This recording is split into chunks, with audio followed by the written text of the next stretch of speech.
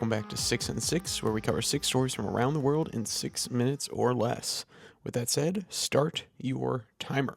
First, we go to Australia, where a symbol of national pride for a majority of Australians, polls show, has been vandalized. This is the second year in a row that a statue of Captain Cook has been defaced as the nation's holiday, Australia Day, approaches. From BBC, quote, Australia Day is a national holiday that is held each year on the 26th of January, the anniversary of Britain's first fleet landing at Sydney Cove in 1788. Many Indigenous Australians say the date causes them pain. The local council in Redwick, the suburb where the statue is located, described the vandalism as a, quote, disservice to the community and a disservice to the reconciliation, end quote. Councillor Carol Martin told Sydney radio station 2GB that the vandals had knocked off one hand and part of the face and nose, end quote.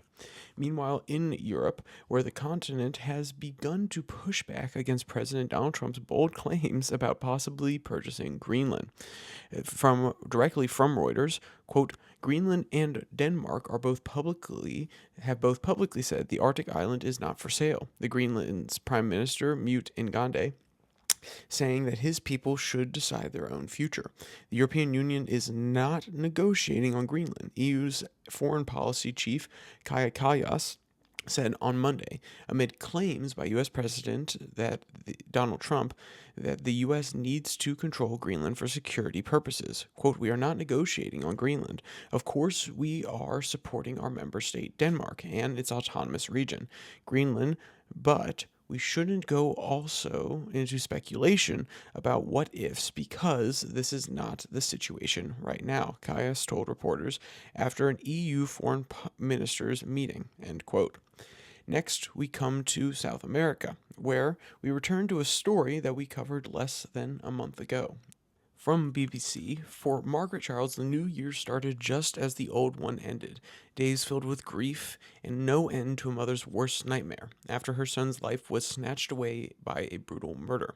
Their 32-year-old father was just one of the many murder victims in Trinidad and Tobago in 2024, which was the Caribbean nation's deadliest year on record with 624 homicides according to data from local police. With murders soaring, Trinidad and Tobago's government declared a state of emergency on the 30th of December.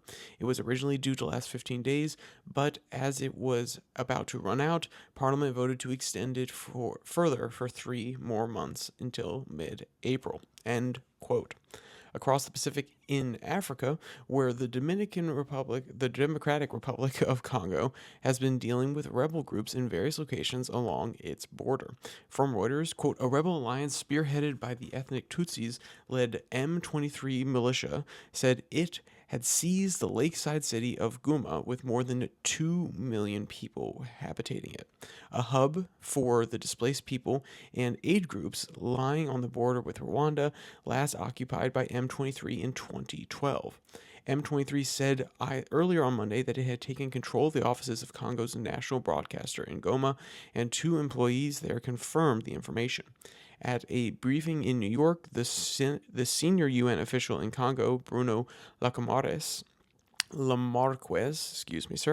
told reporters fighting was ongoing.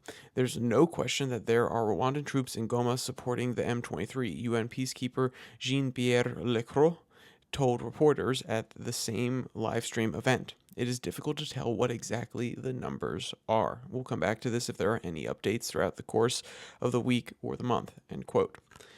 Next, we turn to North America, where the United States went to battle with Colombia over the weekend, attempting to enforce its agreement for offloading illegal migrants to the South American nation. From BBC, Colombia's offense was refusing to allow 2 U.S. flights carrying deported migrants to land because they were military, not civilian transport planes. That was enough to prompt Trump to threaten to drop the hammer. Quote, we will not allow the Colombian government to violate its legal obligations with regard to the acceptance and return of criminals they forced into the United States, Trump posted on his social media site. After much derision, the Colombian president eventually conceded. Now, we finish today in Asia, where the population of Afghanistan is on the brink of losing food aid which has prevented some of the country's population from starving in the past. From Reuters, quote, the head of the World Food Program in Afghanistan says the agency could only feed 500,000 Afghans in need after cuts in the international aid and impending freeze in U.S. foreign funding. Lee Roberts told Reuters shortly before finishing her 3-year term in Afghanistan that funds cutting had meant that roughly 15 million Afghans in acute need of food were not receiving rations during the year's harsh winter. End quote. If you want to check out any of today's articles, you can find all the links in the description below that like and subscribe button. If you want to listen to the normal podcast, it comes out on Monday, Wednesday, Friday here at the YouTube channel and the same RSS feed. And that is 10 to 30 minutes US-based politics. And if you want to find the podcast on Spotify, Pocket Cast, Podvine, the links are down in the description. So with all that said, there's only one more thing to say. Stay safe, don't die.